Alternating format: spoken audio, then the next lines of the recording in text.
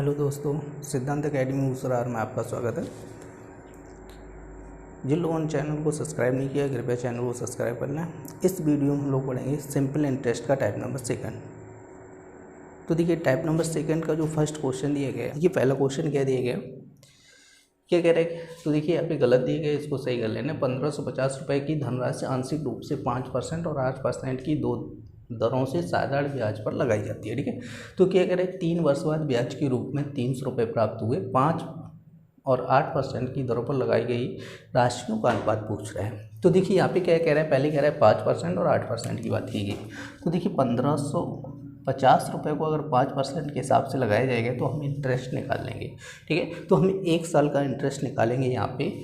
तो देखिए यहाँ पे काट दीजिएगा ये, और 5 से काटेगा 2, तो 155/2। ठीक है, तो 1 साल के अगर हम ब्याज की बात करेंगे कितना आ जाएगा, 155/2 रुपये ब्याज आ जाएगा। ठीक है, इसी तरह हम 1550 रुपये पर 8% के हिसाब से निकालेंगे तो 0 से 0 कटेगा, 2 से काटिएगा 2 चौक 8 2 पंचे 10 5 3 15 31। तो देखिए गुणा करेंगे 3 एकम 4 एकम 4 4 12 124 रुपये हो जाएगा। ठीक है, तो देखिए अगर हम 5% की बात करेंगे तो 5% पे 155/2 रुपये ब्याज हो रहा है। 8% की बात करेंगे 124 रुपये ब्याज हो रहा है। लेकिन देखिए 3 साल बाद कितना ब्याज प्राप्त हो रहा है, 300 रुपये प्राप्त हो रहा है। 3 साल में 300 रुपये ब्याज प्राप्त हो रहा है। ठीक है, तो 3 साल में कितना ब्याज प्राप्त हो रहा है, 300 रुपये। लेकिन हमें चाहिए कितना, 1 साल का ब्याज चाहिए। ठीक है, क्योंकि ये जो ब्याज आए हैं वो 1 साल के ब्याज हैं, तो इनको हम काटेंगे तो कितना हो जाएगा, 100। समझे कि नहीं, 3 साल में 300 रुपये ब्याज प्राप्त हो रहा है, तो 1 साल में कितना ब्याज प्राप्त होगा, 100 रुपये। ठीक है, तो इनको क्या करें, अब हम क्रॉस घटा दें। देखिए इस टाइप के पिछले वीडियो में कई क्वेश्चन लगाए हैं, तो इसको क्या करना है, आपको क्रॉस घटाना पड़ेगा। यहाँ पे 124 में से 100 जाएगा, बचेगा 24। ठीक है, अब देखिए इसको घटाना है तो यहाँ पे 100 - 155 बट्टे कर देना है 2। तो इधर करेंगे तो ये हो जाएगा 200 - 155 बट्टे कितना हो जाएगा, 2। तो देखिए इसको घटाएंगे तो ये बचेगा 45/2। तो यहाँ पे बन जाएगा 45/2। तो देखिए बट्टे का जो 2 है इधर क्रॉस मल्टीप्लाई में आ जाएगा, तो 24 दूनी कितना हो जाएगा, 48, और यहाँ पे कितना हो जाएगा, 45। अब देखिए यहाँ पे 3 से काटेगा 16 3 48, और यहाँ पे काटे 15 3 45। तो अगर इनके रेशियो की बात करेंगे तो 16 अनुपात कितना बन जाएगा, 15। देखिए क्वेश्चन नंबर 2, क्या कह, कोई व्यक्ति 5000 रुपये की राशि का कुछ भाग 4% और कुछ शेष भाग 5% वार्षिक दर से साधारण ब्याज पर उधार लेता है। 2 वर्ष बाद कुल 440 रुपये, ठीक है, ब्याज मिलता है। तो प्रत्येक दर पर लगाई गई धनराशि का अनुपात ज्ञात करना है। ठीक है, कह रहा है कि 5000। ठीक है, तो अनुपात हमें पूछा गया है, किस अनुपात में ये पैसा लगाया गया। तो 5000 रुपये थे। ठीक है, 5000 रुपये क्या कर रहा था, 4% और 5% के हिसाब से साधारण ब्याज पर उधार देता है। तो देखिए 4% के हिसाब से अगर इनको देगा तो कितना ब्याज हो जाएगा, तो 200 रुपये। ठीक है, 1 साल का ब्याज निकाला। ठीक है, 200 रुपये। अब देखिए 5000 रुपये पे 5% के हिसाब से देगा तो 1 साल का ब्याज कितना हो जाएगा, 250 रुपये। समझेंगे। तो देखिए 4% के हिसाब से ब्याज कितना आ रहा है, 1 साल का 200 रुपये आ रहा है। 5% के हिसाब से 1 साल का ब्याज कितना आ रहा है, 250 रुपये आ रहा है। पर ये जो 440 रुपये ब्याज आ रहा है कितने सालों का है, 2 सालों का ब्याज है। ठीक है, तो 1 साल का ब्याज कितना हो जाएगा, 2 साल में 440, 1 साल में जस्ट आधा हो जाएगा, मतलब हो जाएगा 220 रुपये 1 साल का इंटरेस्ट हो जाएगा। ठीक है, तो देखिए इसको क्रॉस घटाएंगे तो यहाँ पे कितना हो जाएगा, आपका 30 बचेगा, और यहाँ पे कितना बचेगा, 20 बचेगा। 0 से 0 काटिए, ये बन जाएगा 3:2। ठीक है, तो ये बन जाएगा आपका दूसरा। देखिए तीसरा क्वेश्चन क्या कह रहा है कि दी गई साधारण ब्याज की किसी दर पर किसी समय के लिए मूलधन और मिश्र धन का अनुपात यह 4:5। ठीक है, अनुपात में है। 3 वर्ष के उपरांत साधारण ब्याज की दर मूलधन और मिश्र धन का अनुपात 5:7 हो जाता है। ठीक है, ब्याज की दर ज्ञात कीजिएगा, दर पूछा गया। तो देखिए यहाँ पे क्या कह रहे थे, मूलधन और मिश्र धन का अनुपात दिया गया है। ठीक है, मूलधन का मतलब हो जाए प्रिंसिपल, और अमाउंट का रेशियो दिया गया 4:5। ठीक है, तो हम सबसे पहले यहाँ पे समय निकालेंगे। ठीक है, तो देखिए यहाँ पे फॉर्मूला होता है SI = PRT अपॉन क्या हो जाता है, 100। तो देखिए यहाँ पे आपका प्रिंसिपल कितना है, मूलधन कितना है 4 रुपये, अमाउंट कितना है 5 रुपये, मिश्र धन की बात कर रहे हैं। मिश्र धन मतलब होता है साधारण मतलब ब्याज और मूलधन का योगफल क्या कहलाता है, मिश्र धन हो जाता है। ठीक है, तो ए बराबर आपको हो जाता है पी प्लस ऐसा ही होता है, जिसमें क्या होता है मूलधन प्लस ब्याज होता है। ठीक है, तो 5 रुपये जो आ रहे हैं इसमें क्या है मूलधन और ब्याज, तो मूलधन कितना है 4 रुपये। ठीक है, तो 1 रुपये ब्याज होगा, क्लियर हुआ, तो 1 रुपये ब्याज हो जाएगा, मूलधन कितना हो जाएगा 4 रुपये। ठीक है, तो देखिए दर पता नहीं है, आर नहीं पता है यहाँ पे कितनी है। ठीक है, और यहाँ पे समय भी नहीं पता है, बर्थडे कितना हो जाएगा 100, 4 से काटे कितना हो जाएगा 25, 25 का इधर तो 25 आर इंटू टी, तो टी बराबर आपको हो जाएगा 25 बटे आर, क्लियर हो। तो समय क्या कह रहे हैं, समय जो आया है 25 बटे कितना हो गया आर हो गया, लेकिन क्वेश्चन क्या कह रहे हैं 3 साल बाद की बात कर रहे हैं। तो अगर यहाँ पे 3 साल की बात करें तो देखिए यहाँ पे कितना हो जाएगा, देखिए आर का क्रॉस हो जाएगा 3r बटे कितना हो जाएगा आर, समय कितना हो जाएगा 3 साल बाद समय कितना हो जाएगा 25 प्लस 3r बटे आर। अब देखिए यहाँ पे क्या करें मूलधन और मिश्र धन का अनुपात दिया गया, तो देखिए मूलधन मतलब हो जाएगा प्रिंसिपल और अमाउंट का अनुपात कितना दिएगा 5:7। तो देखिए यहाँ से फॉर्मूला लगे SI बराबर PRT अपॉन क्या है 100, यही फॉर्मूला लगा दिए। तो देखिए यहाँ पे अमाउंट दिया गया है, इसमें प्रिंसिपल और क्या है साधारण ब्याज का योगफल है। ठीक है, मतलब मूलधन और ब्याज का योगफल है। तो देखिए यहाँ से अगर हम ब्याज की बात करेंगे तो ब्याज कितना हो जाएगा 2 रुपये हो जाएगा, मूलधन की बात करें मूलधन कितना हो जाएगा 5 रुपये, दर पता नहीं है, क्लियर। और अगर टी की बात करेंगे तो टी कितना है तो 25 प्लस 3r बटे आर, और बटे में कितना हो जाएगा 100। तो देखिए यहाँ से ये काट दीजिएगा, आर से आर कट जाएगा, यहाँ पे काटेंगे तो कितना हो जाएगा 20, 20 का क्रॉस करेंगे 20 दूनी 40, तो ये बचेगा 25 प्लस 3r। तो देखिए 25 से इधर आएगा, जब 25 से इधर आएगा तो 40 माइनस का 25 बराबर 3r हो जाएगा, तो ये बचेगा 15 बराबर 3r, 3 से काटिएगा 5 बार कटेगा तो r बराबर कितना हो जाएगा 5%। दर की बात करेंगे तो कितना आ जाएगा 5% दर हो जाएगी। देखिए क्वेश्चन नंबर 4 क्या कह रहे हैं, मूलधन और उस पर 1 वर्ष के ब्याज के बाद कि मिश्र धन का अनुपात 10:12 हो तो वार्षिक ब्याज की दर कितनी होगी। ठीक है, तो क्या कह रहे हैं कि मूलधन और उसके मिश्र धन का अनुपात कितना कह रहे हैं 10:12। तो मूलधन का मतलब प्रिंसिपल और मिश्र धन का मतलब अमाउंट हो जाएगा। ठीक है, 10:12 की बात कर रहा है। बताया था अमाउंट क्या होता है मूलधन प्लस SI। ठीक है, मतलब जिसमें क्या होता है मूलधन और ब्याज का योगफल क्या कहलाता है मिश्र धन कहलाता है। ठीक है, तो 12 रुपये क्या है यहाँ पे मिश्र धन है, मिश्र धन 12 रुपये, मूलधन कितने हैं 10 रुपये, मतलब जो 2 रुपये एक्स्ट्रा आ रहा है वो क्या हो गया ब्याज हो गया, क्लियर है। तो हमसे क्या पूछ रहे हैं दर पूछ रहे हैं, तो दर निकालने का फॉर्मूला सीधा SI इंटू 100 P गुणे T हो जाता है। ठीक है, तो देखिए यहाँ से आप ब्याज निकाल सकते हैं, ब्याज कितना हो जाएगा 2 रुपये, ठीक है, गुणे 100, मूलधन कितना है 10। ठीक है, और यहाँ पे क्या कह रहे हैं 1 वर्ष की बात कर रहे हैं, तो 1 वर्ष की बात कर रहा है तो 1 रख लेना है। ठीक है, तो देखिए यहाँ से 0 से 0 कटेगा, 10 दूनी कितना हो जाएगा 20%। अगर दर की बात करेंगे तो कितनी हो जाएगी 20%।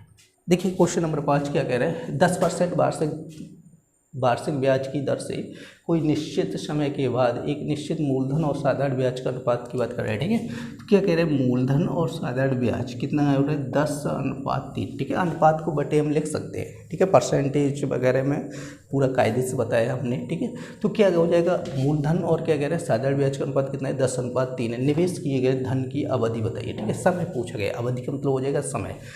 तो देखिए समय निकालना है, समय इक्वल टू क्या हो जाएगा वही फॉर्मूला SI गुणे 100 बटे क्या हो जाएगा P गुणे R। तो देखिए साधारण ब्याज कितना है 3 रुपये, गुणे कितना हो जाएगा 100। अब देखिए मूलधन कितना हो जाएगा 10 रुपये और दर कितनी हो जाएगी 10। ठीक है, दर कितनी है 10% है। तो देखिए 0 से 0 ये काट दिए, बचा कितना 3, तो समय निकाल रहे तो ये हो जाएगा 3 वर्ष। देखिए क्वेश्चन नंबर 6 क्या कह रहे हैं यदि x रुपये पर A% की दर से m वर्षों के लिए साधारण ब्याज उतना ही है जितना y रुपये पर A² की % की दर से m² के लिए हो, ठीक है, x/y इनका पूछा गया है। तो क्या कह रहे हैं कि x रुपये मूलधन कितना होता है, देखिए हमें निकालेंगे ब्याज SI बराबर PRT अपॉन क्या हो जाता है 100। ठीक है, तो देखिए यहाँ पे हम दोनों का ब्याज क्या कह रहे हैं इक्वल कह रहे हैं, समान कह रहे हैं, तो हम डायरेक्ट दोनों का इंटरेस्ट निकालेंगे इक्वल कर लें। ठीक है, तो देखिए यहाँ पे क्या हो जाता है मूलधन कितना है x रुपये, दर कितनी है A% है, समय कितना है m, गुणे कितना बटे कितना हो जाएगा 100। इसी तरह अब देखिए इसका ब्याज निकाल लीजिएगा, कितना है y रुपये है, ए स्क्वायर है एम स्क्वायर बट्टे कितना हो जाएगा 100। देखिए 100 से 100 कट जाएगा, ए स्क्वायर से ये कट जाएगा, एम से एम कट जाएगा, तो एक्स बराबर वाई, यहाँ पे बचेगा ए और यहाँ पे बचेगा एम, क्योंकि देखिए स्क्वायर था, एक एक कट जाएगा। हमें क्या पूछा, एक्स अनुपात, ठीक है। तो देखिए एक्स अनुपात वाई को हम एक्स बटे वाई लिख सकते हैं कि नहीं लिख सकते हैं, ठीक है। तो वाई इधर कर लें तो ये बन जाएगा एक्स बटे वाई, तो यहाँ पे बचेगा ए एम, बटे में एक लिख सकते हैं। देखिए एक लिखने से कोई दिक्कत नहीं है, ठीक है, एक का भाग देंगे बात तो वही रहेगी।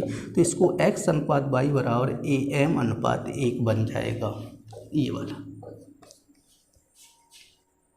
देखिए क्वेश्चन नंबर 7 क्या कह रहे हैं कि 12,000 रुपये की धनराशि को 2 भागों में इस प्रकार बांटा जाता है कि पहले को 3 वर्ष के 12% की दर से, ठीक है, दूसरे को 4 से 1/2% 16%, 4 से 1/2 वर्ष में 16% की दर से। साधारण ब्याज क्या कह रहा है, बराबर है। पहले और दूसरे भाग के परस्पर अनुपात पूछा गया है। तो देखिए यहाँ पे 12,000 रुपये की बात कर रहा है, एक को मान लेना x रुपये में डिवाइड किया, दूसरे को y रुपये में, ठीक है, क्योंकि क्या कह रहे हैं दोनों का सिंपल इंटरेस्ट क्या है, बराबर है, इक्वल है, ठीक है। तो हमें यहाँ पे एक भाग मान लेना x, दूसरा मान लेना y।